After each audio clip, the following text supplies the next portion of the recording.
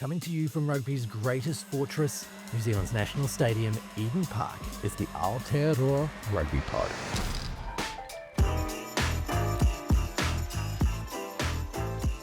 Kia ora and welcome to the Aotearoa Rugby Pod once again off the back of that incredible Six Nations finale. We'll talk that, but we'll also talk about what that means for the Northern Hemisphere sides as far as how they'll stack up in the Nations Championship against the Boks and also the All Blacks and the other teams that are coming through. So a bit of analysis there. We'll get into Super Rugby, lots to talk about. More upsets and crazy things going on there. Devan Flanders, how well is he playing for the Canes? Is he an All Black in the making? Lots to chat about there as well. Look, we've got your emails coming through, arp@fandommedia.co.nz, and you can go into the draw to win a prize from Athletech. And that will be creatine, protein, all of those kinds of things for New Zealand audiences. So send in your emails and we'll look to answer them as best we can. And of course, if you want to catch Aotearoa Rugby Pod, go to @Aotearoa Rugby Pod official channels. You can catch us across YouTube, across Audio Pod, across all of the social media channels. You can get us on stuff.co.nz, New Zealand's biggest news website, where you can catch the full website, podcasts, you can catch clips, you can also get written articles as well, and you can get us on Rugby Pass as well around the world. So many places and so many things to talk about here on the Aotearoa Rugby Pod. Let's get into it. James Parsons at Eden Park on the day the Blues have won as we record. Oh, not a bad day for beautiful. You like that? It's beautiful. I tell you what, and I was on the match coverage and Portia Woodman-Whitcliffe chose Moana Pacifica. I've had to say that you may need to exit the Blues family. She went 112, I went 13 plus, and I'm a happy man that it came through. It was a bit sketchy, a little bit dicey, but people always forget. They see the end score of Moana Pacifica games and think it's an onslaught. They've actually been in every contest at half time. It's their third and fourth quarter that lets them down. Early in that game, they struggled to stick with them, didn't they? Always see Pulu nearly took Knott's head off like that. That was wow. Yeah. I probably shouldn't laugh, but I did speak to Sam just there as well as transition over, and he's all well, but he's going to have to go through the protocol, so he'll miss the Tars again. Going over to Japan now to Bryn Hall, and Brynna, one of my favourite parts of that whole game is when Tony Johnson, the commentator, was commentating a scrum. The scrum didn't work out, and he didn't have James Parsons there on the commentary team with him, and he said, "Where's James Parsons where you need him?" I was watching that and I did hear the old reference from old TJ giving it's a big jipper. So look, and that's the thing, if you ever do need, and it comes to detail around 1 to 8, there's your man on the left-hand screen there. So yeah, he just needed jipper to give you a Barfoot and Thompson sponsor shout out there, and then it would have been all great and gravy. You just put the tagline of Barfoot and Thompson. I would have just grabbed the mic off Beaver and said, "Here you go, boys. This is how you do it." The Barfoot and Thompson scrum analysis. Oh, B&T. That's a special. There's something to that. Brynna, coming off the back of that result with the French getting up and the Irish looking much better through the back half of the Six Nations and the English being all over the place and the Italians blowing it against the Welsh and the Welsh finally kind of getting it together. The big question is that come July, when the Nations Championship starts for the first time, and we have 6 teams from the north versus 6 teams from the south and a little bit from the north, and they play each other to see which hemisphere and which team is the top team in the world this year. Who is at the top of those standings for you right now, given what you've just seen? So, Brynna, let's start with your top 6. Where would you go heading in as the favourites for this Nations Championship? Well, the Northern Hemisphere people that watch the show will probably hate this ranking because even though it is one of the best competitions in the world watching the Six Nations, I've got the top 2 in the Southern Hemisphere. So the top 6 that I've gone, Ross and Jip, South Africa first, All Blacks second. I've gone France third, just the fact that they did win the Six Nations. Now you could chop and change that with Ireland, who have got it 4th. Got Scotland 5th, even though they had a disappointing result against the Irish. And then I've got the Argentinians at 6. You could probably say before the competition, England would be probably in that top 6 at the start, but I think the Drua, through the inconsistency that they did have, even though having a really good performance against the French in the last game, I've got them moving out of the top 6 and Argentina putting in that number 6 spot. I was fully on the England bandwagon. They would have probably been in my top 2. They have fallen massively. My top 6 fairly similar. I've got South Africa. I've got the All Blacks 1 and 2. Ireland, I've got at 3. I just feel like they can win at home and away. I feel like the French really front up at home, but they do seem to have those games like the Scottish game away from home. So I've got them at 4, got Scotland at 5, and I've got Argentina at 6. Right. So, look, when we talked about France a few weeks ago, we had people criticise us from South Africa, and we were saying, look, France could be the team. They could be the team that challenges South Africa. And the South Africans like, oh, we beat them with 13 men at their place last year. You know, there's only one team in it. You know, when you look at the Springboks and the All Blacks, and as they're your top 2, how far ahead of those next 4 teams do you think they are? Not much. The margins in this was hard to do. Do you know what I mean? Like, I don't think there's much between. I would probably say 1 to 7 on their day. I've got England at 7. And the reason why we probably said, or I jumped on the French could be the team, because on their day, they are pretty hard to stop. And even the way they started this morning was out the gate, you know, like the ability of Dupont and, you know, the little kicks in behind. Like when they're on, they're glorious to watch. And they will have that day, and that one day might be a World Cup final. And you're not going to be in the same sphere. Whereas South Africa, you know they're going to be very consistent and deliver every time. So that's why they sit at number 1 for me. Here's my thing about France, Brynner. There is no way that South Africa are conceding 100 plus points in 2 games. No, they won't. So, and obviously, I think that's probably a big area that they will come through the Six Nations that was a little bit disappointing. And look, I think to put on England, you know, I think we've pretty much poo-pooed them the whole last 3 or 4 weeks, considering with how bad they've played. But if you look at that first half that they played, where was that England throughout the whole duration of the Six Nations? Because 4 tries, they were able to play on top of teams. They were playing at a speed, even in the second half, they were able to play in and around the heart defense, playing out wide. So, like, I guess my question is, where was that England team throughout the Six Nations? But I think with the French, they're very lucky.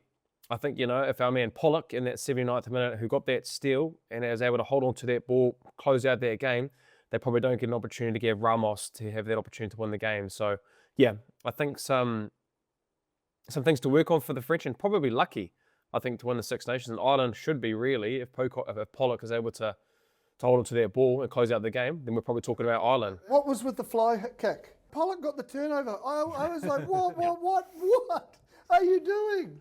Yeah. Like, that was the biggest capitulation. Like, they'd done all the hard work. Oh my gosh. If you were Borthwick, you would just go, oh, it was so hard to watch. So hard. That's one of the things, though, isn't it? Having composure at the end there. I know, but, like, dive on it. Yeah. What is with the fly kick? Like, that should be option 12. Like, oh, my God. Even Pollock, just run it. Yeah. You don't need it. We don't need a try from 60. You're ahead. But having seen that English team, and they capitulated, but they were in that game and they played some really good rugby, having them rated at 7, would that make them your dark horse? Potentially. It's as I said, like, it's quite hard. This was quite hard to, like, try and, you know, because even Ireland could be at 2, but then there's recency bias, you know, like, and it's, so I think the margins are very, very thin. Like, England could beat South Africa. Do you know what I mean? At 7-1. Could. I said could. I didn't say will. And then I think from 8 down, that's when you're probably predicting losses. And I still keep the Wallabies there, just with how, you know, off the last season, it's the most test losses I've had in the history of their existence. So I think sort of the Wallabies, Italy, Fiji, Japan, Wales, it's looking an uphill climb with the top 7.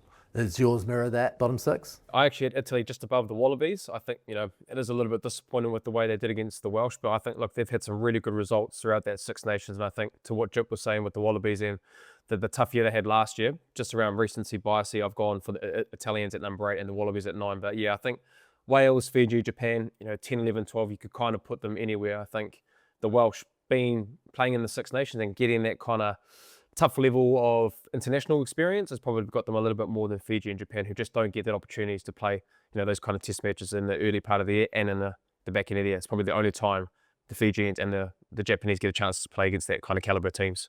Now, my understanding is the way this competition works is that there's the 2 groups. You've got the Six Nations group and then you've got the rest. And after you get through all of the games, you're ranked within your group. And then 1 from the north plays 1 from the south, 2 from the north plays 2 from the south, etc. So there is no way that the All Blacks and the Springboks can play off for this trophy. The trophy will be played off for between the Northern and the Southern Hemisphere team. which one of those Northern Hemisphere teams, if we're to say that the Springboks are going in as heavy favourites, because they probably should, being double world champions, having achieved what they've achieved recently, which one of those teams do you think could knock over the Boks in a big game? Ireland. Yep. That's a safe bet. France would be probably a little bit more ambitious, but I think they could do something that you're not expecting. Like, they're quite a hard team to preview and prepare for because they don't know what they're going to do on the weekend, let alone does the opposition. But I think Ireland's the team that I would say could get the job done. Is it possible? I don't know. The Springboks do seem like there is quite a gap, I think, from them and the rest. I've got Ireland, but I think France as well. I just think with what they can have and what they can do and what the potential is, all it takes really is one game when it comes to those moments.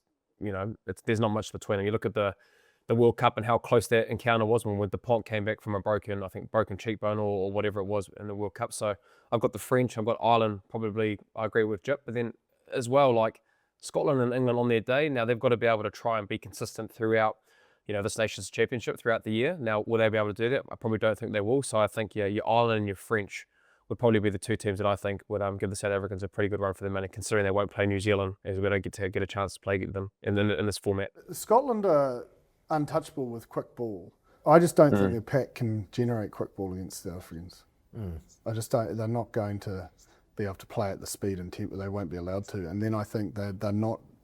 When they're not on the front foot, like any team, I suppose is the most obvious thing. They look clunky, really clunky. That's why they struggle in the wet, I think, because it's not up tempo. And you know, like when they lost to Italy, it was, you know, they're quite a dry track bully a little bit. Yeah. But you can't bully the setup. Do you know what I mean? Like, I just don't think they'd be in the contest. Yeah. And look, we'll do a full Six Nations wrap that'll come out later in the week, get into all of the games from this weekend and really give you some solid analysis on what that looks like within the Six Nations. But before we leave this top six thing, it just kind of occurred to me, Brenna, having seen what's happened in the Six Nations here and seen Scott Robertson's 74% winning record, it actually makes you appreciate that in the current context, and I know he didn't lose his job because of his winning record, it was to do with other things, but in the current context, that's not a bad result, 74%, is it? Because some of these teams aren't getting close to that, and they're good teams. That's what I think it is. So we're international rugby at the moment. I think, 1 to 6 and even 7, Italy on their days, the Wallabies, who we had at kind of 9 or 8, can beat anybody in the day. It can beat anybody at the moment. So I think where World Rugby is, and I think where the international game is right now, Ross, I think it's probably the hardest it's ever been, considering the competitiveness between all those 1 to 9 teams and even 11 or 12 on their day. So yeah, 74% doesn't look too bad, but yeah, I think it's a great way, and I'm really excited to see what this, I guess, competition does look at the back end of the year, and it's meaningful, the June Test series, to be able to try pick up some wins, to give yourself an opportunity to come at the back end of the year and to say that we are the best country, in between World Cups, which is really exciting. That is not a percentage we can accept, gentlemen. Like, come on, it's the All Blacks here. Like, it's 100 or bust. Like, the moment our fans start going, "Hey, that's all right," I think is the moment we've lost the war. Yeah, it is. I agree with that, because that's the standard of what we've grown up with and what the expectation of what the All Blacks fan is. But you've got to be realistic as well, where the game is at. Do you know what I mean? We're not the world leading team at the moment. You have to say South Africa is, where we were probably when we were growing up a decade ago, even when we were playing, the All Blacks were always the innovators. They were the standard, whereas now we're chasing. And I think the fact that we are chasing,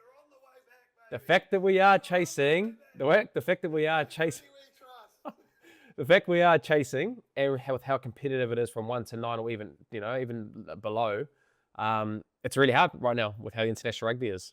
Super Rugby is in a very similar place right now because, again, on the weekend, it was hard to call a lot of what was going on. The Brumbies going over to Fiji, and once again the rain starts falling, and once again the Drua get up. Yeah, I did not see that coming. It was a very measured performance from the Drua. I feel like something's clicked. Like, Glenn Jackson has looked extremely frustrated in the first few rounds, but whatever they've done, it's like their balance of play and not over pushing, just not pushing the envelope and putting the ball down there, knowing that they can utilise the conditions to their benefit. The Brumbies rested a few people, and I think that cost them. They were a little bit clunky. I thought that ground was nice. That was a really, really nice ground. It's a little bit further out, but I thought it was in great nick. Fiji and Drua at home, and the conditions. I mean, that crossfield kick in the wet, and then the flick pass. I was just like, there is no other team in the world that would think that's on. Yeah. Like everything said, just build pressure through phases. Now we're going to fly hack across the field, and then we're going to do like a 10 to 15 metre flick pass in the torrential rain, and then do a dive to finish it. Yeah, but it stuck. It was unbelievable. They've played in the torrential rain before. I know, but it goes against everything you think is going to happen. It was really solid, Brenner. It was a good performance from them. Now, we mentioned the bench and players being rested. We saw in the Canes v Force, here's a really good example of what happens when you put your normal starting team on the bench and then after half-time you unleash them. It was a little bit clunky in terms, I guess, with what the Hurricanes were doing that first half. Multiple opportunities, I think, in that first 20 minutes. I think, there could have been 3 tries scored within that first 20 minutes with the position that they did have. They just weren't able to stick. And then I think, like you said, that bench coming on the likes of Amua, Dearns with that charge down, but his work rate and his effort, Numia, Lomax, and they scored 4 tries within that period of time in the second half, which I think, was the difference. I think, it was a little bit clunky. Probably wasn't the standard of what we've seen, more so in the attacking side of what the Hurricanes have done. But I think if you're looking at a coaching group, being able to bring in your experience and your bench to have that impact, I think, 4 tries in that second half was probably the biggest difference that I found with the Hurricanes against the Force, who were tenacious. They were in that game for long periods of that game. And I just think the Hurricanes bench came on and were very, very good in that, having 4 tries. The Force are way better than their record suggests. Like they're pretty good side. They just can't, get the result to fall their way. I think the Canes will be most disappointed in their defence as well. Like 84%, Corey Jane will not be happy with that. And I agree with Bryn. Like they presented enough on attack. They probably didn't take the opportunities early. But that defence, because of the way they defend, and it is line speed pressure, when there's new players coming in and you don't have that synergy, or you don't have those runs on the board, and it just creates little chinks in the arm, and it just made their one-on-one tackles a little bit.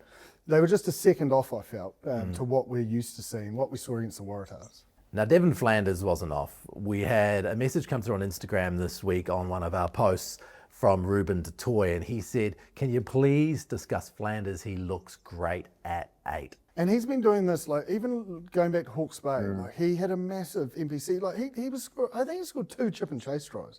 Like, his attacking prowess has just gone through the roof. 21 handles of the ball, 15 carries, the most run meters on the whole park. Force and Hurricanes, he had 137 run meters. Just a massive work rate, but he's got this... he's got those fast twitch fibers, like he can sort of go to 0 to 100. Now, I'm not saying he's as fast as like a Beauden Barrett, but it catches you off guard. Yeah. He's sort of just dancing his feet and then boom, he's gone. So, he's got the offload ability.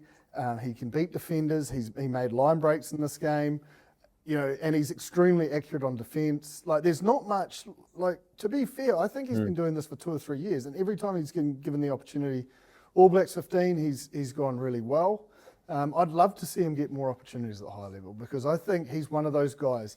You know how, Bryn, there's guys that will go to test match level and they'll bring, like they just look like they belong there. And I really feel like Flanders is that sort of player, that if he's given an opportunity, he will take it with both hands and potentially, dominate at that level. The reason why I think he will work at international level is because he's got a high work rate, an attrition rate, especially around the breakdown. Now, the attacking area is a really big part. We talk around quick ball, being able to get over the advantage line. He was, in terms of the top 2 in the Hurricanes carriers of the whole team, to be able to get over the advantage line. You talk around his defensive efforts, he's able to be in the high tackle rate in terms of like what it is for a flanker. So when it comes to both sides of the ball, he's very, very efficient in that. And I agree with Jip, like if given the opportunity, and I know that, look, there's so many loose forwards that we're blessed to have in the country at the moment. Your likes of your Larkai, Blackadder, whoever it may be, in all teams, with Papali, whoever it may be. It's just whether they are going to give him opportunity. But I think he would arguably probably be the form loose forward, I reckon, from what I've seen in the first 5 weeks with what he's done on both sides of the ball. But have Love been seen as attack and been able to get over the advantage line, which is a big part, I think, in international game with loose forwards at the moment. You also know, like Dave Rennie, what he's looking for is gain line carries, because that means you can, get that quick ball, you can dismantle the breakdown. He was 73% gain line for his individual carries, and then it's 90% quick ball off that 73%. So you think about his ability to get between defenders and get over the gain line, like a 4 metre carry is perfect.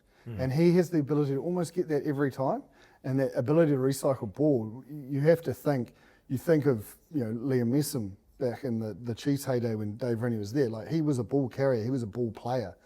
Flanders is definitely a ball player. He's not someone that needs a tip ball or run off a back. He can be first receiver and dominate in and around that attacking area. When you say 4 metres, is that because you're still going to have the cleaners with you? If you run too far, your cleaners might get lost. It's kind of a nice intermediary between getting over the advantage line and going too far over. Yeah, well, if you really want a line break or you don't want to create separation, I'll be honest, I stole that off Liam McDonald. That was his rule. He said, like, to us forwards, it's like you 4 metre carries perfect, because normally it's like you meet at the gain line, which is probably 2 metres, and then you're ending up to another 2 metres back. So I actually don't know the science behind it, believe it or not. But I always thought it sounded great, and in theory it does exactly what you just said. Is if you make that 10 metre break. And you don't have the ability to buy time and you don't have that support, that's when you can get yourself isolated. Brendan, one of the things about having loose forwards in there is the trio's got to complement each other. So if you've got a Flanders at 8, which loose forwards and their skill sets do you think would complement having him at 8? Super see Karifi and the aren't too bad in terms of what they have at the Hurricanes. But look, I think what it does do, it can give the ability to be able to put Artie at 7. You've got a Wallace at TT, even a Simon Parker that they probably saw as the number 6 role. But again, we just don't know where the direction of what Dave Rennie wants in terms of his loose forward trio. I think the collision area and getting that quick ball in the breakdown, Dave Rennie's a big part of that. We showed in the stats that Jipper showed a few weeks ago around the breakdown area and how important that is. So look, I think, anybody really. I think what it does open, it gives you Artie at 7, you've got him at 8, and then you can play around with your 6 if you want a Wallace, a TT, or a Simon Parker who can be able to clean rucks and do all the kind of dirty work. So it just depends kind of what feel Dave Rennie and that coaching group wants when it comes to that time of the year. I think he's athletic enough to do sometimes what Artie did with Tupou Ta'iloa, like that he might have had 7 on his back, but he got into the boot of the scrum, depending on the opposition. So I do think Flanders is a genuine 6, 7, 8 option, like at a push 7, but in terms of even a bench role, he does give you a lot. And some of his skill set and spark off the bench, his speed and power late in games could be really, really impressive. There's a lot of depth there. When you look at what they did with Vey coming in and playing 6, Parker handling test footy well, plus all of the more tried and true Lakai. Karifi, he is just a monster. I know that our show is a big fan of him, obviously, but just watching him play, he is just a ball of muscle. It just goes straight through people. So the deep loose forward is just, it's hard work. It seriously is. Like, I even think someone like Sean Withy, man, like he got a taste of All Blacks 15. Dalton's going away. Like he's another one that. He's been superb early, and he leads that Otago Highlanders defence. And when they defend well, the Highlanders win. And it's probably a segue into the battle of the Southern Derby, because I think that's where it cost them, accuracy in the 22, I think it cost them, but every time they've tackled in the low 80s, they've lost. And it's because it's their mojo. It's a thing that gets them up. And admittedly, they were facing a fairly impressive Will Jordan. But again, they had 11 entries for 2 success like that. That's killer. That is a coach killer. And Crusaders got 6 opportunities. They took 4. And I just think the Landers will feel that's one that got away. Because there's still something, there's something not right with the connection of the pendulum or backfield defensively in the midfield. It just seems like they're not on the same page defensively. Yeah, I completely agree. It's one of the things I wrote down in my notes is around the tackle percentage of what the Crusaders are at the moment. Like they're probably in the low 80s of where they are. And I know that they like to bring that line speed pressure. We touched on it last week where they got found out in terms of the edge defense and the pendulum at the back and were able to get points scored against the Blues. But, very similar, I think, on the weekend as well. I think the 2 tries when Cody Taylor had the yellow card, yes, they were down a numerical advantage, but Talia's bridge pass, the connection of that bridge pass from Timothy Tavatavanawai, same again, leaving that space open. Then you've also got, Gus's tip ball, and there was the connection from the centre as well with Braden. Now, that's not to say that Braden's the person that's getting that wrong, but again, I think being on the same page with that high line speed pressure on the edge and the guys on the inside, they're just not able to get that at the same time. So it's one area where I think probably that coach group probably needs to marry up a little bit. And now, yes, they did show a lot of care and efforts in that last probably 10 minutes when the Highlanders were penetrating their line a lot, which probably doesn't show the percentage of where they were in the low 80s. But yeah, that connection, Jipper, is a big problem, I think, if you are at the Crusaders. And if you are previewing them, it's how can you get to that space with good go-forward ball in the middle of the field? Because at the moment, in the first 5 weeks, they probably just haven't been able to get there right, and it's been costing them a lot of ways. And let alone not even the 3 yellow cards that we'll probably touch on as well, where they can't afford to be able to get those discipline issues, which they had on the weekend against the Highlanders as well. Man, for the Landers, 3 yellow cards and you couldn't capitalise. Yep. Don't you feel? Did you not watch that? And I thought it was a miraculous victory from the Crusaders because I was like, man, everything was there for the Landers to take that, which would have been massive for their season. I truly think they'll be gutted by that. Like I know they'll be gutted to lose, but I think it's going to be a game they look back at. I think I did touch on Jip at the start of the week when the preview talking around it was around the tight 5 and they were able to get their mojo there. And I think if you do look in the second half when they needed to score points, they went to their tried and true of the line out more. Johnny Lee scores the second try for line out more, but then you look at the transition and going through that transition with Blackadder with the offload for Lee's first try. It was really pleasing for me in those kind of moments with previous Crusaders teams, when they get themselves into trouble, they go to their set piece. And I think those 2 tries were really pivotal to gain their momentum in the second half. And the efficiency of probably the Highlanders, like you said, Jib, what was it, 18% with 11 entries and 2 tries. They'll be kicking themselves because they had multiple opportunities to try and get their result. With the 3 yellow cards that the Crusaders put themselves under pressure in that game. It's so un-Highlander-like as well. Like they're normally so efficient in that 22 area. Anyway, on a positive note, Tangi Tau. Oh, yeah. Is his stocks just rising? Like every time he touches the ball, you just get a little bit of, ooh, what's going to happen here? And it's just like even that try he sets up for Talea, it's just gas. Yeah. You cannot coach gas. You can't coach gas. It's just, he is an excitement machine. Yeah, he is phenomenal. You know what got me really excited in this game was the Fletcher Newell try. Did you see how hungry he was for it though? He was like clapping from about 10 metres away. He loved it, but it was that phase beforehand when suddenly you saw the whole attack swing right and then they went left. And we're going to have an analysis piece from you soon on engaging behind pods, etc. But that was cool. Yeah, it was a clear set play.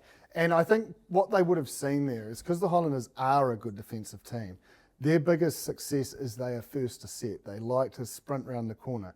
So they'd seen that. And sometimes you get caught just expecting things. And man, Newell wanted that. He wanted that ball. Like it was a serious clap. He knew no one was stopping him. Yeah. That close. It was really, really well. The attack coach would have been giving himself a bit of that, but yeah, it was very well executed. We had a question through, and please send us an email through to us at arp@fandommedia.co.nz, and you'll go into the draw to win an Athletech prize of supplements. This is for Kiwi audiences.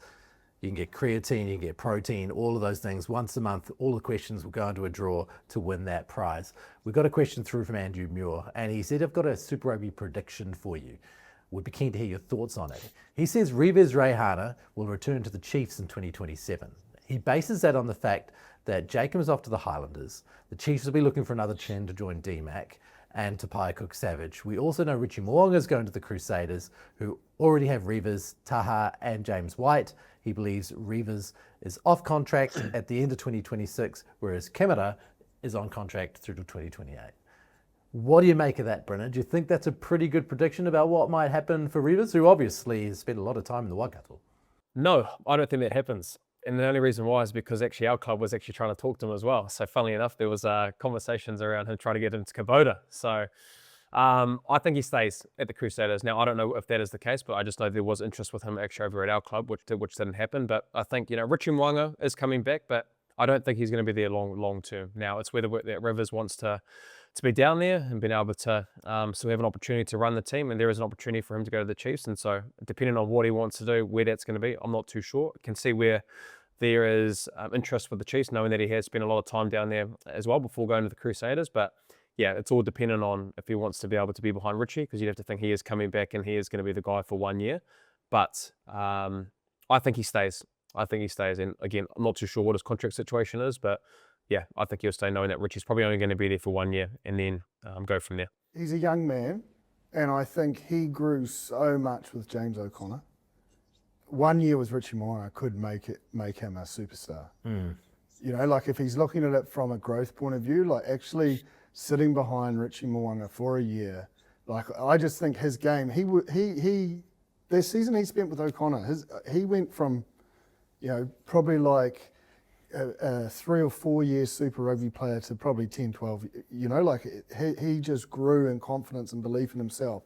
I think another year, from his point of view, behind Richie Mo'unga would just complete that natural growth and transition to a senior 10. And why would you move clubs to be second string at another club? I suppose is probably a question. Yeah, it's a fair question. I don't, maybe, like there is an element there, like Waikato is obviously close to his heart, but in terms of what he can do as a player under a Richie Mo'unga, I think it would be unbelievable. One of the things that he's got to do is stay engaged. You've jumped head first in some analysis into, I suppose, attacking structures and how to keep defence on their toes, especially with players like number 10s. Yeah, well, I've seen a few of my forward friends getting teed off on, and I think the attack systems that are going extremely well, if we use the forward pod, either outside 10 or outside 9, it doesn't matter. It always goes to the middle or say the third guy if they're running holes. And then there's a back and behind. In the example that we're going to show over the top, it's the second 5-8. And I took it from the Chiefs Moana Pacifica game. So the first one is where Quintapai is probably not in a realistic position to receive a pass. So Moana Pacifica could really rush up on those forwards and they forced an error and got the turnover. But then when you took for the other example, they all have to shift in. The outside defenders have to shift in because there's space that back door can run into. And on the first example, they didn't have to move at all, and that's why they could force an error. But as soon as that back is engaged at the back of the pod, you all have to tighten, because if they beat you through there, you're in huge trouble. Quinn obviously gets this time, they play down the side and they go the distance to score the try. They manipulated it perfectly, but my point is, I just think if you look at every team, like you can't button off. Like Aaron Cruden was the best at it. Richie Mo'unga was the best at it. Like when I was playing, you could not switch off. They were always engaged. They were always an option. They would be talking a lot. They'd be telling tips where to go. And I think it's the difference between the great teams and the average teams in the comp at the moment is their ability to be engaged. They never get bored of being engaged at the back of those forward pods. And it creates opportunities for the forwards because you can get tip plays or you can get weak shoulders. Or they get the call early out the back and you make good space down the edge. I just think, if you look at it, I just think it's an interesting thing to understand what that person's role is, even when they're not getting the ball. When that pod playing, Brynner, as a halfback, and knowing that you're sending a ball to, it might be the first person in the pod, second, third, or whatever, can you kind of tell, you can see as the defence engages when that goes right? You can kind of see it play out, and I think when it's really, really quick ball as well, it's really difficult. Like if you get a really good carry in that kind of first pod, and let's say you want to go to another second pod, which probably is a lot, where the opportunities are going to be, you can kind of see it unfolding in front of you. But the importance of being able to have 3 forwards going forward, or whatever that shape is, having the person that's engaged out the back, to the point that Jip is talking about, you've always got to think as a 4th, maybe 5th defender in that space that there's a genuine option of Richie Mo'unga or Aaron Cruden or Damien McKenzie coming into that space. But if you can also have outside of that, having 2 more pods having another pod, whether that's 2 forwards, 3 forwards, or another back engaged off that, that 6th, 7th, 8th, even 9th defender, that's really, really difficult with really a quick ball to make a decision, I guess, as a defence team. So the really, really good teams, and you probably think around Ireland, if you look at their Ireland game, and I know we're talking about Super Rugby, but they did it very, very well in that kind of space to get a lot of good people, especially type forwards, to make decisions, which is probably the hardest thing, Jip. You know, if you're in that kind of 7th, 8th, 9th defender and you're having a couple of animated people in and around you, short ball out the back, or even a kick space in behind as well, it's really hard to do it. But the only way you are able to attack really well is if everybody's on the same page. If you know who you're getting to, who you're on, who you're talking to, help the forwards out. And I guess those are really the really good attacking teams. And probably the Hurricanes, I think Jipper as well, have been very good in and around that space. We touched on it earlier in the last couple of games, that little hidden ball has been very, very good for them in the early part of the season. So there's a lot of variation that you can do, but the animation, I think, of their backs in behind the forwards is really important for a good attacking brand of rugby, and to be able to make line breaks to get over the advantage line as well. Geordie Barrett's great at it. I think Harkin's really strong at it as well. But Geordie Barrett, whenever he's in and around anything, you can see he's engaged, even if he's not getting the ball.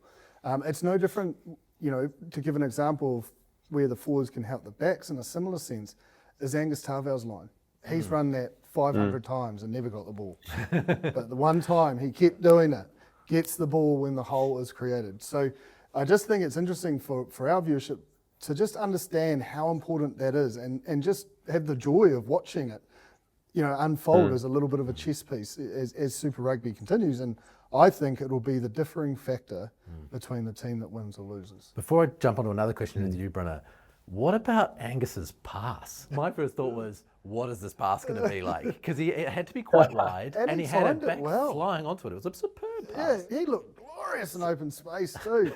Looking nice and lean. He's had a good pre-season. But yeah, no, look, I wasn't surprised. And I suppose Bryn wouldn't be either. Like, he's a skillful dude. Yeah. Like, having played a number of years with him, like that, he's in his element there. Yeah. He's not panicking. Yeah. He's not like every tight head starting to panic. He's just going, this is glorious. This is unfolding, and I'm just going to put this player away. There's a lot of showman in him. Oh, he was just as happy. I love how he didn't crack a smile or didn't even give a fist bump. He just rubbed him on the head and ran back to halfway. Because that's what I do every day. Like it was nothing. Brenda, just talking about the time with Richie Mo'unga, and you know, Jipper referred to it before. What are you hearing from Richie as that play starts, as he's in behind the pod? What kind of noise, and who's he talking to, and why?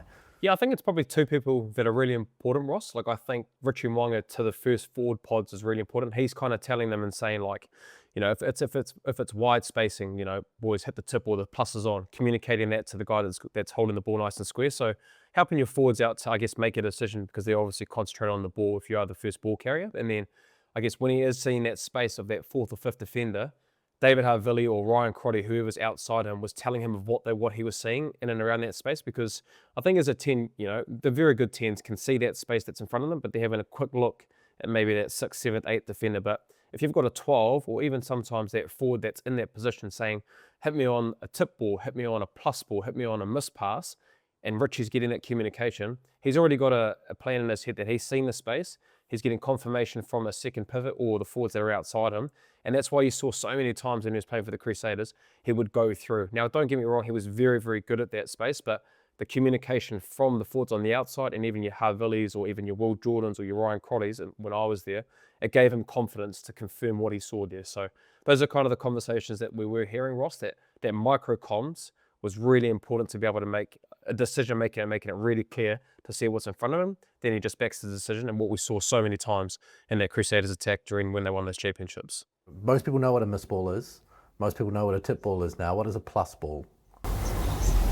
So very similar to like a tip ball, but for example, the knowledge, the terminology that we would use when we were down there is, if Richie would go out the back, he'd go with that fourth or fifth defender, and the first forward would be a plus ball, being going into that space off Richie. So it was kind of like a little terminology or call that would tell our pivots who got around the corner into that space, the plus ball was on, knowing that they're going to be off that shoulder, because usually sometimes, you know, there would be a shooter that would come out that defense, and it was a nice little plus ball into that space where you'd be able to get over the advantage line. So it doesn't matter who it was. There's so many terminologies that teams do use, but it was just more so an actual word for our pivots to go through and knowing that they've got that support, and I guess knowing where he's going to be in that space. You have to put a defender on them as well. If they're engaged, you've got your tip Right, no, so I'm on tip, and the next guy out is almost protecting space rather than the man, because if the 10 comes into that space, or the 12, you have to tackle him. And what that gives you is, if you're constantly engaged, it's tightening the defence. So if you're constantly tightening that defence, then you're going to get space on the edge. Or say this defender, they all tighten, and then they're a little bit slow to react out here, that you plus balls on, because they're running holes. The next forward pod are running holes off the 10. So it just tightens defence up to allow you to expose them. And if it doesn't tighten the defence, a Richie Mo'unga is going to run through there every day. You know who else is running Sorry, through Ross. the hole? Carter Gordon, baby. Oh, jeez, Bryn, this is one you've won, mate. I am happy to just say I was so wrong. Tom Liner, it's no good. Wow, that reaction, that was so league, wasn't it though? When he reacted off the ball, you know, like it was like he's running off a dummy half. That, and then Potter's just come on the field. He's quick. He's rapid. You could see. I mean, you wouldn't want me to run with it because there'd be a toupee blowing around. But I'll tell you what, when you see Carter Gordon, mate, the lid is just going back. It's like the aerodynamic lid. He was flying. Absolutely flying. Thanks to Ashley and Martin. Hasn't he got like an old school look, Jipper? Just the old muley, you know, the old muley just kind of running at speed and being able to get the old aerodynamics like you touched on. But I hate to say it, Jip, but yeah, I do agree. I think, you know, Les Kiss, I think that we always talked about, I think with the Reds, there was so much competition with that side and the number 10 jersey. But no, I think Carter Gordon, if he can continue this, you know, he's going to be great for the Reds, and hopefully it's going to be good for that team. But yeah, with what I can see at the Wallabies level, yeah, it's exciting times, especially with that haircut as well. Hopefully we can keep it, Jipper, because it's nice to see the old muley and mullets running around.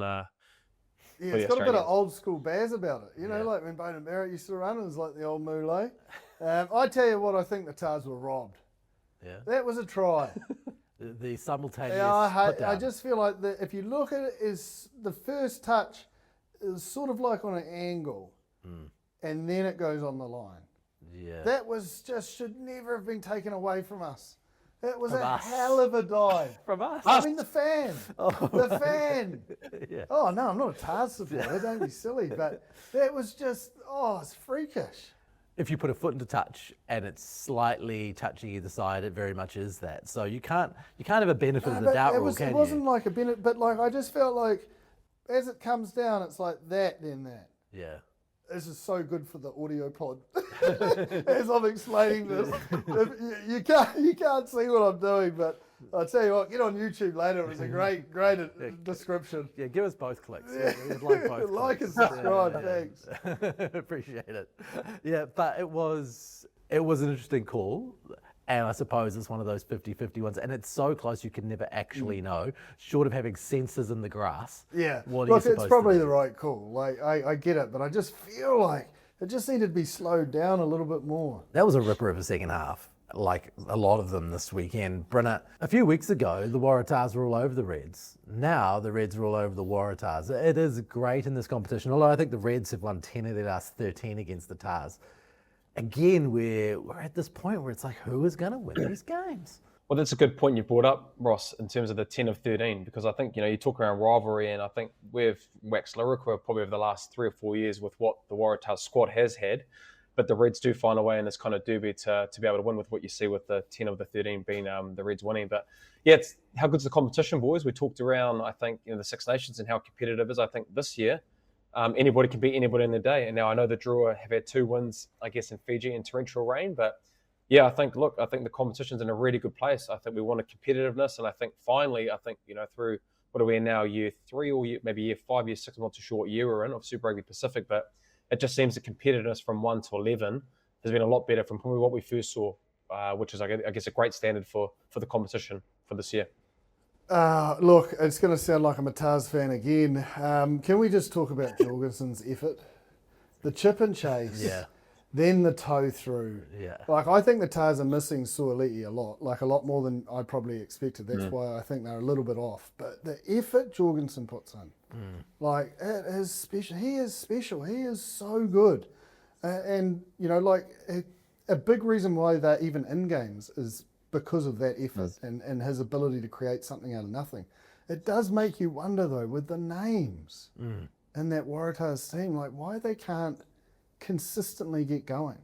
Yeah. Because on Star Factor, they are just all superstars, most of them, and it's like, I'd just love to unlock them. You can see Dan McKellar, he's just so frustrated in that box. Yeah. He just, I think he's at a loss a little bit because he's come from the Brumbies. He's used to winning. He's a winner. And he's got this Ferrari across the park, But I do think his most important Ferrari is Suoliti. I thought I was on the Jorgensons, outstanding and better than Suoliti, but I just feel like it's shown actually how much he does defensively that allows them to be better. I'm not having a crack at Walton, but it's just it's a different level. Athlete. Yeah. You're talking around like the Waratahs and always having great teams, great squads, and not being able to, I guess, have the success that they're wanting. I remember when probably we were at the Blues in terms of very similar, very good teams, very good star-studded teams, but obviously there was a transition where now the Blues are just way more consistent and they're able to win championships and been able to, I guess, be successful in contesting for Super Rugby titles. What was the difference when you were there in terms of getting over that hump where I guess the Waratahs are similar in terms of where they are at the moment? Oh, getting rid of the South Africans have helped. It was harder. Super Rugby was way harder. It was just it was a war of attrition. Yeah. And I think we had rock stars, but we didn't have depth. Put out the same 15 most weeks, and that takes its toll. You look at what Vern can do now. He has the ability to rotate a squad. We just didn't have that, or that's probably unfair. We didn't create the opportunity to grow that depth. Do you know what I mean? Whereas I think because Vern's so experienced and it's pretty much what they have to do in the top 14 because there's too many games, he has created a new way of looking at utilising the squad, which then has led to a hell of a lot more competition at training because you're genuinely fighting for a spot. You're there or thereabouts. I think it started with Leon. Leon definitely started that trend. He brought a lot of positive systems into our club, and Vern's been able to manage it on. There's also I'd say a youth about this Blues squad that doesn't have too much baggage, that they can lose and they're like, oh well, whereas I think maybe it's just me, but we tried so hard, man. At times you're like, what more can we do? But it's like the old adage of the harder you try, the worse it gets. It's that we all sort of wore our hearts in our sleeves a little bit through that generation. And it was tough, I think, for Tana probably while coaching that, and that you guys went for so long without beating the Kiwi sides, is that you need the win. How do you not put out your best team because you need the win? Yeah. So you're not willing necessarily to... Well, you couldn't. Yeah. You just can't. Yeah. It's no different, I suppose, if you look at the teams at the lower end, the Drua are a good example this year. They just have to keep rattling out the same side. And that will take its toll at the latter end. Brendan, you're a prime example. You spent time in the Blues and probably didn't get the opportunities. That's why you went to the Crusaders. But even you and Drummy were rotating, or there was always a fight for who was going to be in the team. I was just getting over it, but I better book back in with a shrink. It wasn't done on purpose, me old mate, but again, great analysis and great summary, which you can always do. Ashley and Martin, I go. I got to head back to Turkey with Matt Lodge. Six Nations, how good was it? Oh, it's good, but we can do an episode with you lying on a couch if you like, just going through all of these things. I think we'd lose our sponsors. In the next room, we'll have Bryn with his goggles on, spraying champagne. Oh, God. 19 tattoos. God. Right, let's get into a few more of our athletic questions of the week. If you just caught up on what we like to do, we've always wanted to get you involved in our podcast. So please send us an email at arp@fandommedia.co.nz. Get into the comments section. We do read them, good and bad. And we'll try to pick up your questions or your points and bring them into the show. And once a month, a lucky person will be taken out of the draw who send us an email, and they will get an Athletech prize pack, which will be creatine, protein supplements, all those kind of things. I must remind you that this is for our New Zealand audience. We can't send this to Zanzibar. Tell you what, I picked up the first prize packet the other day. I wanted to get my hands in there for myself, but no, there's even there's some new pills I didn't even know about, called peptide pills or something. I'm not sure that's entirely legal for athletes, but for Joe Average it might do something. Yeah, sweet, let's go. Let's rub into it. We've got an email here from Buntu Intebe, which is a good one. I quite enjoy where he's going with this, considering what we've seen in the Six Nations over the last couple of weeks, particularly with France getting all of those late tries against Scotland, and then again this game between France and England. He says the North have a 4-try bonus point system, win or lose. The South have 3+ tries for their bonus point system. To see France play like that and still get a bonus point for just 4 tries does not seem right. If they were within 6, they were going to get a second bonus point. This is referring to the Scotland game. With laws to speed up the game, teams can easily score 4 tries in one half. Why can't World Rugby use the 3+ bonus point? Now, this is interesting because I hate all bonus points myself, but France did benefit from them. So, 4-try bonus point. What is the purpose of a 4-try bonus point? Like, to start this conversation there, what is the purpose of it? The purpose of entertainment, I suppose. To make teams want to score tries, right? The purpose of the 3+ bonus point is to encourage teams to score more tries than the opposition. But it's also to keep the foot on the throat, because you can lose that bonus point throughout the 80 minutes. Yeah. So it's a little bit more pressure on you to both sides of the ball to keep that bonus point. Whereas when you get 4 tries, you're like, I got that. Batten down the hatches and we'll just try and hold on. So you would prefer the 3+? I think it's harder.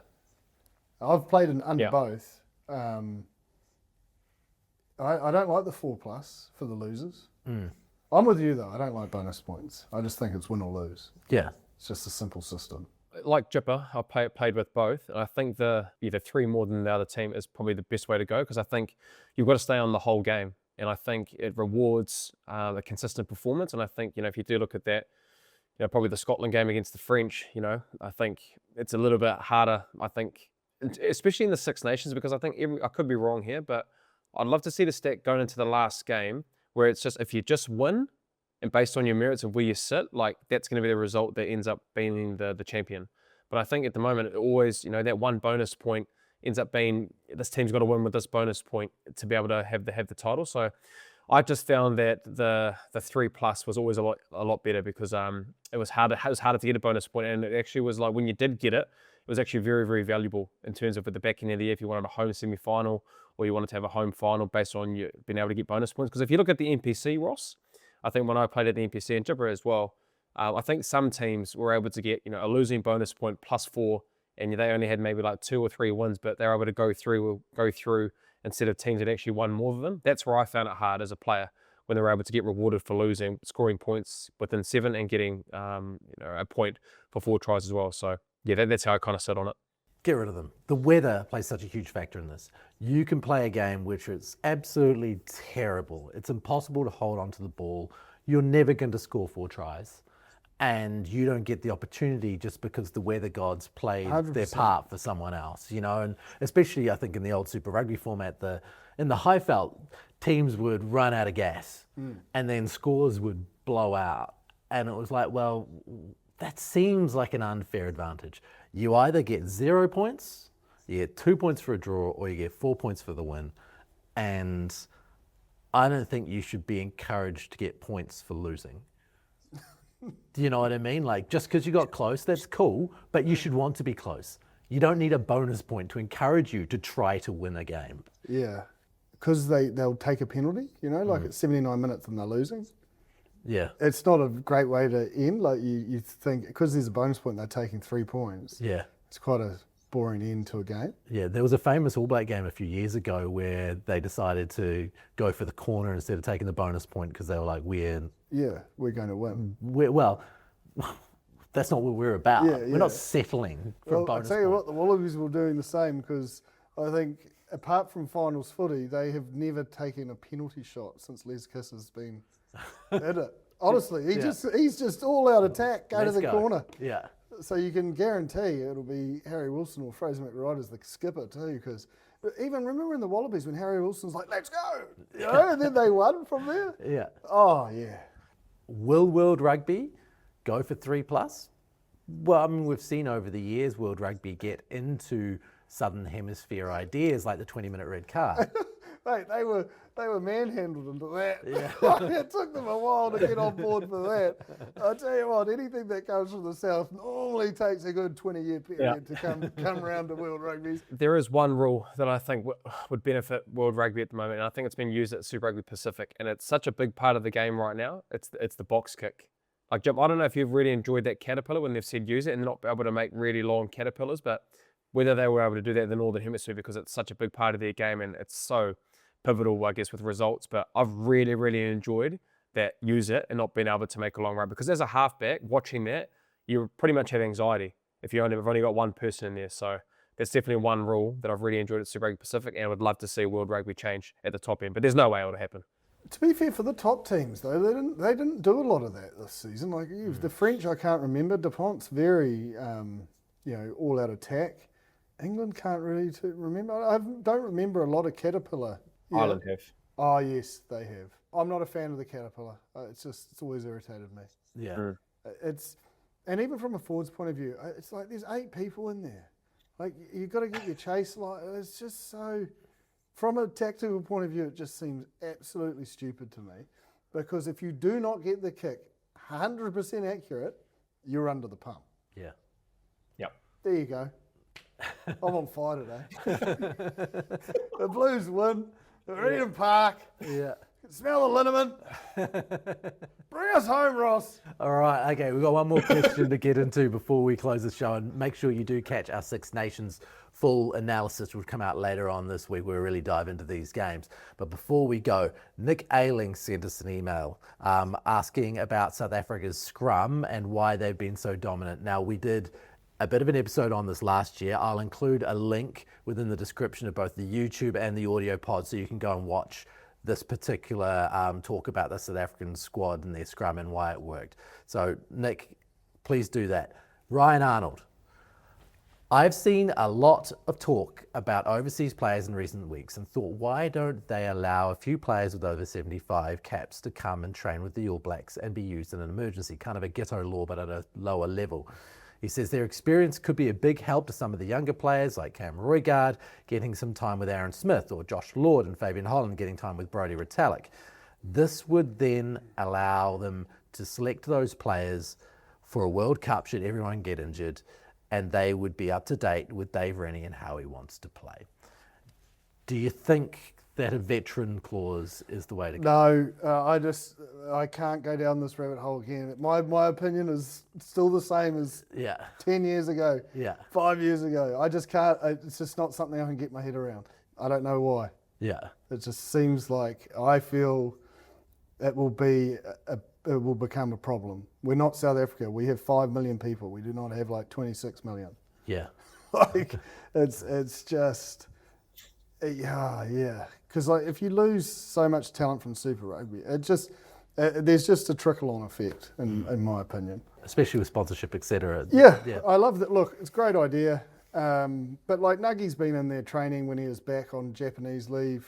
You know, like I'm all for the training. You can get in there and rip in and teach, but I just nope. Copy and paste. Couldn't agree more with Jiffer right there. Which is probably the only time we probably agree like that. 100%. Don't even need to go any more around it. That's like. Hey, we both put South Africa agree. at the top, mate. We both put South Africa at the top. Jeez, you've really been appealing to the South African audience today. You know, talking about how Super Rugby was tougher when they were in it. And, it was, and mate. Well. Huge trip to Africa. Oh. They'll be loving you. Sorts of men from the boys. All right, okay. Before we go, let's get into our tipping on Super Rugby. We've got a few less rugby games to watch this weekend with the Six Nations over. Geez, you'll be getting some sleep. Golf. Let's get some golf in. Right, okay, so first game this weekend. We've got the Highlanders versus the Hurricanes. Brenner, where are you going? I'll go the Hurricanes. I just think, the fact that they will bring those boys that came off the bench, they'll probably end up starting them. I've just been really impressed with their start, apart from that hiccup that they had in Fiji. So yeah, I'll be picking the Hurricanes. Yeah, Hurricanes for me as well. Hurricanes as well. Brumbies versus the Chiefs. Chiefs in Canberra. Yep. Yeah. Brumbies aren't Chiefs looking look great. good, man. Yeah. You like it. Yeah, I just the Brumbies haven't played out of their skin. They've won ugly. And lost ugly. Yeah, I know. So anyway, yep, Chiefs for me. Bryn? Chiefs. The Drua at home against the Reds. Oh, I'm going to go Drua. Yeah, I think we've always talked about them being very good at home, and I think whether it's under heat conditions or even if it's in a monsoon weather that we've seen the last 2 wins. So yeah, I'll go with the momentum that they've got, and I'll pick the Drua over the Reds in Fiji. I'll go the Reds. I think they're the one team that has similar conditions. Oh, yeah. Yeah. You know, like in terms of the heat, humidity, soapy ball. And they lost last minute last year in a cruel blow, and I just think that'll be in the back of their minds and they're going to win. Right. Okay, Moana Pacifica versus the Crusaders. Crusaders. Crusaders? Yep. So it's a long road back. Yeah. Their defense, it's their defense. They just can't stop the points. Yeah. And even against the Blues, you could see they actively tried not to attack because they're good at getting those turnovers, but they'd spend so many numbers which tighten their defence, which just left them so vulnerable. Yeah. They were better today, but they still scored 43 points. Yeah. Yeah, I think it will be the Crusaders, but I think it'll be a big thing for, I guess, them around the breakdown area. I think it was a big area against the Highlanders. They only had one breakdown turnover, which was such a big thing, I think, going into that game. And it'll be very similar against the Moana. If they're not good in that space, they'll make it a bit of a dogfight. Then knowing Moana Pacifica has beaten them in the past, if they don't get that right. But yeah, I think it'll be another win, and hopefully building a bit more momentum for that group moving forward. So I'll be picking the Crusaders. Your Blues going over to the Waratahs. We'll chalk up another 5. Another 5 points. You get that bonus point. 3+ That tries. bonus point. Chalk up. I thought the Blues were a little bit off today. Yeah. They weren't at their best. They weren't as good as they were against the Crusaders. So short turnaround, a few dinged up bodies. But yeah, 5. Yeah, I like the way that they've been playing. I think, even though it was a little bit ugly, but no matter how ugly you play like that with their forwards pretty much just beat up Moana Pacifica. So I think that travels anywhere in the world. So whether they're at Sydney, whether they're in Coogee, hopefully they're not in Coogee, but that doesn't matter. I think with the way they can play with their forwards, I think it'll be a bit too much for the Waratahs. So I'll be picking the Blues. The people want a mini-series about What what's gone happened on in at Coogee. Let's The get Coogee something Bay going. Hotel. Yeah. Can you imagine the stories of the Coogee Bay Hotel and what rugby teams have been up to there? It sounds like it's a hell of a place. It is very beautiful. Get a sponsor. Could be our sponsor. I think every time I say Sydney, stay away from Coogee. I actually know we can't sponsor because I say stay away from it. So. Tourism New South Wales could be our sponsor. Yeah. We could It's not probably a do that. silly idea. We'll go do a show over there called If the Walls Could Talk and see what happens at the Coogee Bay Hotel when the Super Rugby teams are there. Be like maths. Right, okay. Hey, thanks for joining us once again on the Aotearoa Rugby Pod. We will be bringing you more content throughout the week. Make sure you catch our full Six Nations wrap in the coming days, as well as content across the socials at Aotearoa Rugby Pod official channels. You can catch us on stuff.co.nz, New Zealand's biggest news website, with articles, shortcuts of the podcast and the entire podcast, and of course on Rugby Pass as well for all of you international audiences who want to get into Super Rugby and see analysis around the place, get into their match day stats. Lots of cool stuff there about how games work. We lean in those stats as well. So please catch you next week. Thank you very much for joining us. Mā te wā.